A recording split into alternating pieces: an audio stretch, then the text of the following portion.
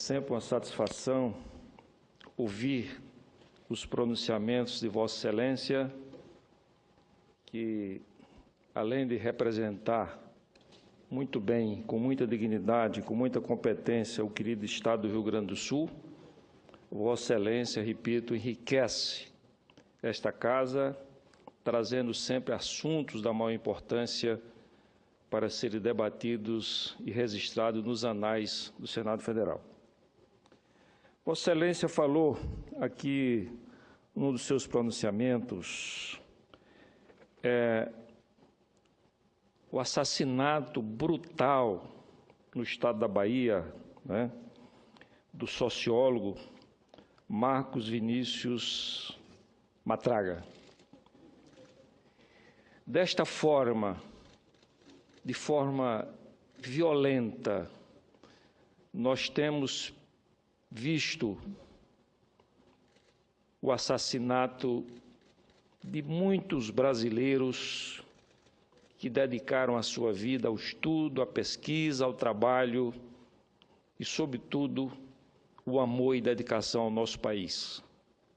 Então, são famílias que estão sendo destroçadas, né, de uma forma que está emocionando, constrangendo e levando indignidade a todos os brasileiros. Por onde nós passamos, nós sentimos isso, essa indignação da população brasileira em relação à segurança pública. Há poucos dias, nós verificamos o assassinato de um médico na Lagoa Rodrigo de Freitas. O delinquente queria a sua bicicleta, ele entregou a bicicleta, mas o delinquente enfiou uma faca no peito do médico, que tinha uma vida inteira para salvar vidas no nosso país. E foi quando eu apresentei aqui um projeto transformando a posse, a condução da arma branca como arma letal, excluindo naturalmente esta arma na condição de ferramenta. Então, quando o açougueiro usa a faca, quando se usa a tesoura para cortar o tecido, quando se usa a foice ou a roçadeira para fazer os trabalhos agrícolas, elas não são armas, elas são ferramentas de trabalho. Mas não justifica um assaltante num ônibus ameaçando os passageiros com uma faca, esse instrumento não ser uma arma letal. Verificamos outro dia também a morte de outro médico no Rio de Janeiro que saía do seu plantão e na Avenida Brasil foi abordado porque os meliantes queriam o seu veículo. Ele entregou o veículo, mas os meliantes, no seu alto grau de perversidade e de crueldade, assassinaram o médico. E eu repito que ele tinha muito tempo ainda e grandes oportunidades de salvar vidas no nosso país. Eu estava hoje no noticiário da televisão e vi um garçom ser assassinado brutalmente por dois facínoras. Covardemente. Esse jovem trabalhador, pai de família, ele entregou o celular, que era o que os meliantes queriam, mesmo assim, para satisfazer uma vontade agressiva de matar as pessoas, eles assassinaram o garçom. E quanta falta esse rapaz vai fazer à sua família e à sua filhinha. Mas eu quero aqui fazer uma homenagem especial a um jovem paraibano que resolveu escolher como carreira profissional servir à Polícia Militar. E na Polícia Militar defender a vida e o patrimônio dos paraibanos. É o jovem tenente Ulisses Costa, com apenas 32 anos. Um oficial disciplinado, querido pela tropa, bem visto pela comunidade, pela sua cortesia e pela sua educação, estava transitando no veículo da Polícia Militar, cumprindo a sua obrigação, e sem nenhum confronto, 3 meliantes atiraram no veículo, né, e mataram esse jovem tenente Ulisses Costa.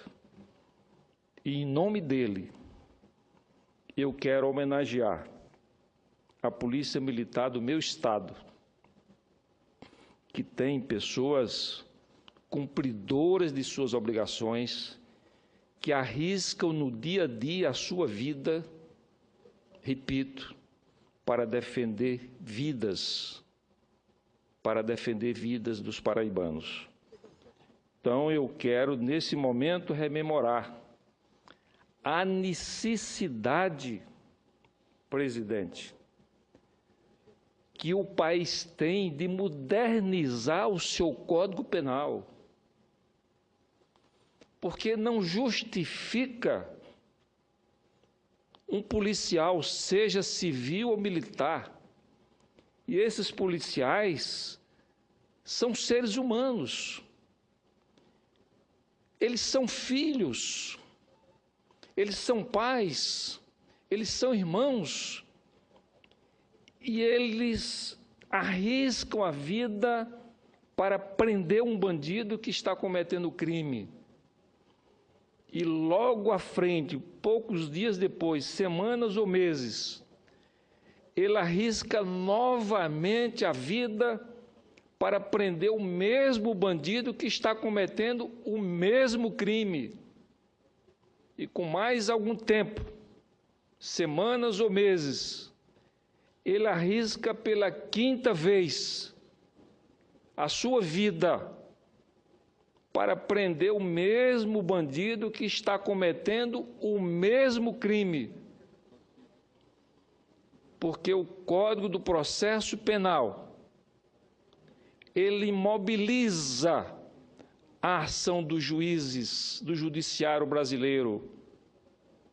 Muitas vezes, de forma constrangida, um jovem juiz dedicado à sua carreira é obrigado a liberar, a dar um habeas corpus a um bandido que ele, muitas vezes, na sua convicção, no seu íntimo, ele sabe que aquela pessoa, aquele elemento, representa um perigo para a sociedade. Mas ele não faz as leis, ele interpreta as leis e precisa atender o que preconiza o Código do Processo Penal. Da mesma forma que um Código Penal arcaico, atrasado, imobiliza a ação da polícia, e nós temos que levar em consideração que existem muitos policiais, com certeza a maioria que são pessoas honestas e trabalhadoras. Da mesma forma, repito, que o Código Penal imobiliza a ação policial. Eu quero aqui rememorar que já existem estudos que demonstram claramente que quanto mais rigorosas sejam as leis penais, menos arbitrárias são as polícias daqueles países. Temos o exemplo da Inglaterra, onde as leis penais são rigorosíssimas e a maioria dos policiais trabalham desarmados, porque as leis penais, um Código Penal rigoroso, funciona como uma barreira. Ele desestimula a ação dos assaltantes, dos bandidos, dos assassinos e dos facínoras, porque eles sabem que cometendo delitos médios ou graves, eles terão uma pena muito rigorosa. E isso faz com que a ação da polícia seja menos violenta e muitas vezes menos arbitrária, porque a lei já vai cumprir o seu papel de punir com rigor aquelas ações criminosas sempre efetuadas de forma, muitas vezes, como eu citei aqui, de forma covarde e desnecessária contra os cidadãos. Falei aqui também, na semana anterior, senador Waldir Halper, a respeito do surgimento, do crescimento e da consolidação do novo cangaço. São quadrilhas que chegam nas pequenas cidades e dominam o pequeno contingente policial, ameaça a população inteira e faz o que querem, rouba o dinheiro das agências bancárias, explode as agências bancárias e, por conta disso, como consequência, essas pessoas, essas famílias que moram nas pequenas cidades estão vivendo momentos de insegurança e de incerteza e até descrédito em relação às instituições democráticas brasileiras. E mais ainda, os bancos estão fechando essas agências porque, em alguns casos, a agência foi explodida uma vez, e ela foi recuperada, explodida a segunda vez, ela foi recuperada e explodida a terceira vez, e aí o banco não tem mais como manter aquela agência, trazendo desconforto e reduzindo a qualidade de vida da população dessas pequenas cidades.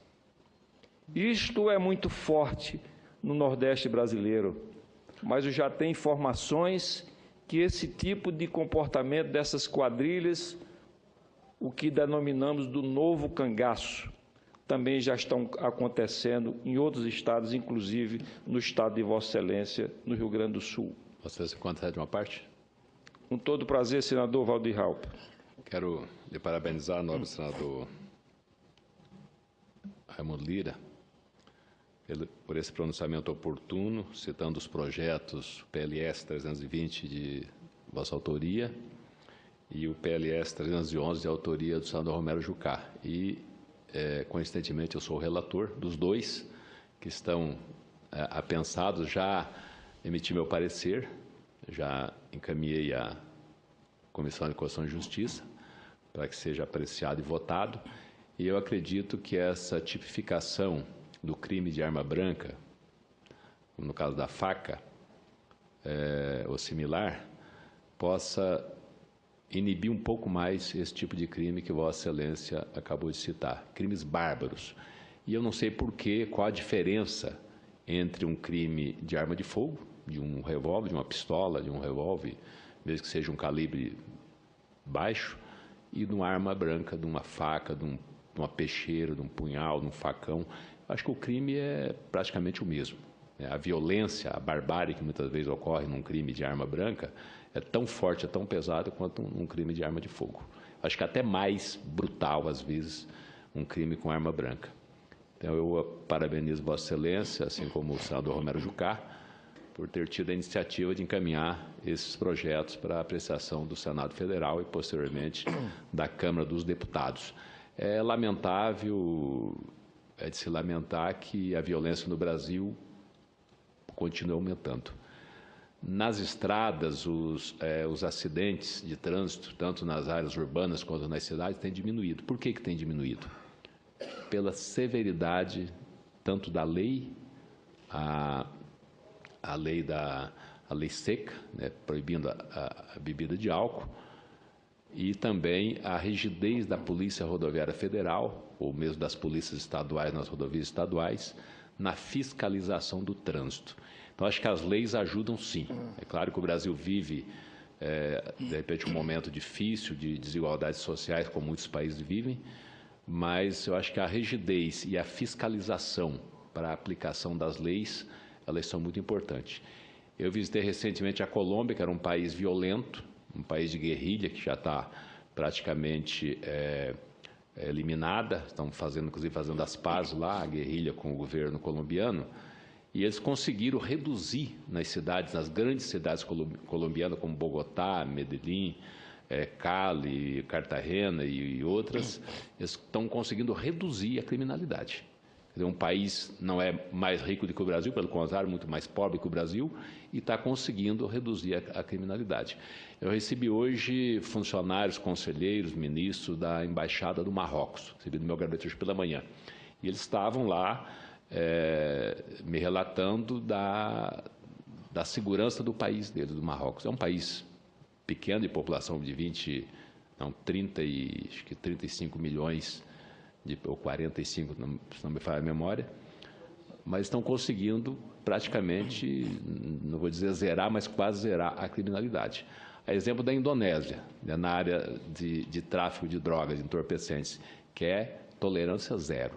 Foi assim que os Estados Unidos, principalmente Nova York, que tinha um índice de violência elevado, conseguiu combater os índices de criminalidade com a tolerância zero. Eu acho que está na hora do Brasil, com todo o aparato policial que tem. E com as leis também, tudo bem que temos que aperfeiçoar um pouco mais, mas o Brasil tem muitas leis, né, que, se bem aplicadas, já poderia estar coibindo esse tipo de crime.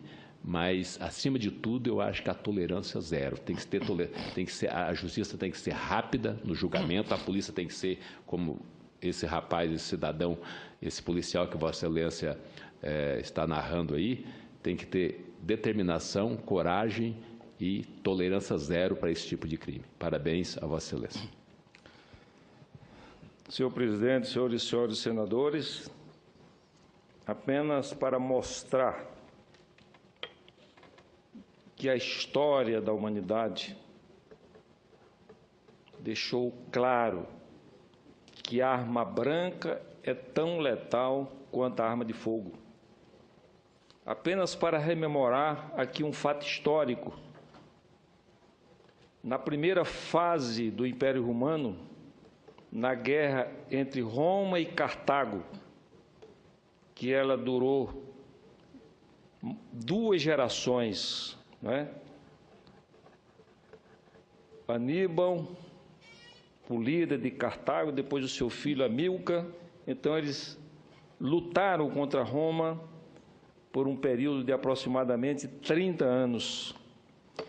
E neste período não existia arma de fogo.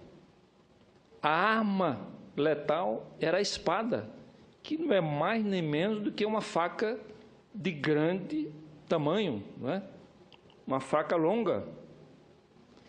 E nessa luta entre o Império Romano, na sua primeira fase, e a cidade Império de Cartago, foram mortos em combate mais de 150 mil soldados. O que mostra como a arma branca é letal. E hoje nós estamos vivendo, na atualidade, ainda no Código Penal brasileiro, ainda não está expresso com clareza que a arma branca seja uma arma letal. Então, Vossa Excelência, eu fico muito honrado, Vossa Excelência ser o relator do meu projeto, que possamos corrigir essa falha. Mas não só isso. Vamos lutar, senhor presidente, por um Código Penal moderno, atualizado, Código de Processo Penal também moderno, atualizado, que dê instrumentos ao judiciário para ele possa cumprir, né, com eficiência a defesa da sociedade brasileira, tirando essa violência que hoje está assolando o país. E, mais ainda, é fundamental que, além desse assunto do Código Penal e do Código de Processo Penal, nós temos que lutar por uma outra causa, senhor presidente, que é a modernização do sistema prisional do país. Não podemos continuar da forma que está. Muitas prisões são verdadeiras escolas do crime. O bandido, o criminoso, por mais perverso que ele seja, ele tem que ser punido de acordo com o texto da lei. Ele não pode ser punido duas vezes. Ou seja, ele perde a sua liberdade e vai para uma prisão desumana. Então, ele está sendo punido pela segunda vez. Então, nós temos que também trabalhar nesta outra causa, até porque alguns setores da sociedade que defendem a manutenção do Código Penal como está, que não é mais nem menos do que um estatuto de incentivo à criminalidade, mas eles defendem por causa dessa segunda causa, que é a existência no país de presídios desumanos. Nós temos que corrigir isso, para que o meliante, o criminoso, o assassino, o facínora, seja punido de forma rigorosa, mas que seja recolhido com todas as garantias do Estado brasileiro. Muito obrigado, senhor presidente.